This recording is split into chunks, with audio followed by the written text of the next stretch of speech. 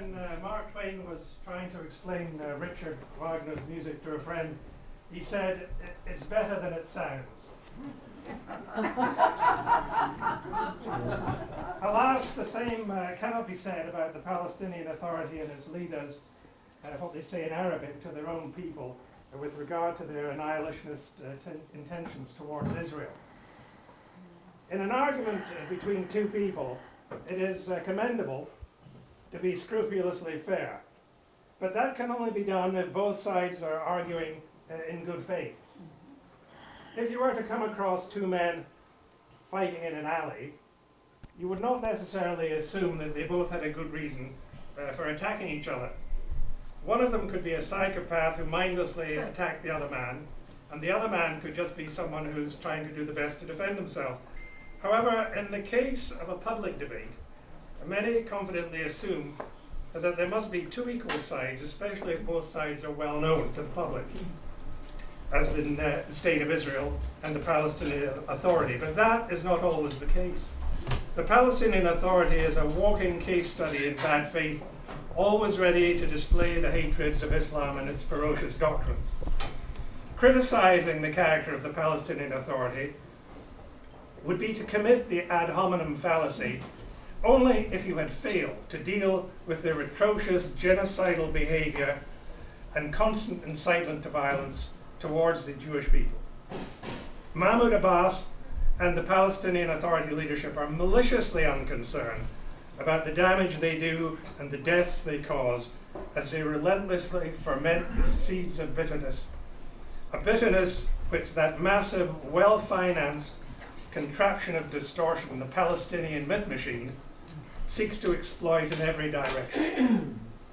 Mahmoud Abbas is in his 11th year of a 4-year term. Yes.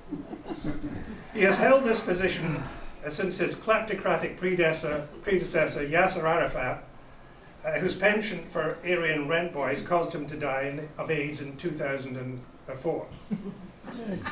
It is axiomatic that when you live your life as an Islamic terrorist, you must start at the bottom and work your way down. This is something that Mahmoud Abbas has been able to do with a great deal of dexterity and a good deal of ease, but not as easily as he wrote his doctoral thesis on Holocaust denial. Raising the financing for the murder of Jewish athletes at the Munich Olympics also came easily, just as his naming public squares, streets, and sports stadiums after terrorist killers who murdered innocent Jews as they went about their business. Easier still has been paying pensions to the families of jailed terrorists with funds from international aid. The teaching of Jew hatred in Palestinian schools, publishing it in the Arab-Palestinian newspapers, and broadcasting it on Arab-Palestinian television are daily features of life under rule of the Palestinian Authority. All of this notwithstanding, one of his greatest accomplishments has been to convince the frightened and gullible West that he is a moderate, due to his ability to say one thing to the Arab Palestinians and another thing to the West, and to be believed by both of them. But thanks to the strenuous efforts of Itamar Marcus and Palestinian Media Watch, the heavy cloak of deceit that covers everything that's done by the PA is constantly being peeled away to reveal the alarming truth about what they are, what they really believe, and how they intend to empty the future for Israel. Palestinian Media Watch was founded by Itamar Marcus 21 years ago. The number 21 is significant for two reasons. It exceeds the combined intelligence, combined IQs rather, of John Kerry and Wendy Sherman. Yes, it does. By a factor of 11.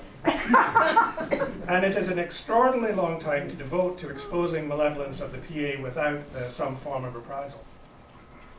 Palestinian Media Watch studies Palestinian society by monitoring and analyzing the Palestinian Authority through its media and its school books.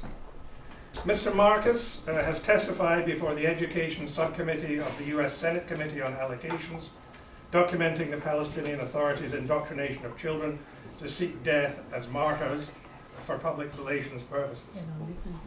He has also presented before members of Congress and to members of Parliament in numerous countries, including the European Union, the United Kingdom, Canada, France, and Australia, and has lectured in universities and conferences throughout the world. He is a featured source for the documentary Obsession, Radical Islam's War Against the West.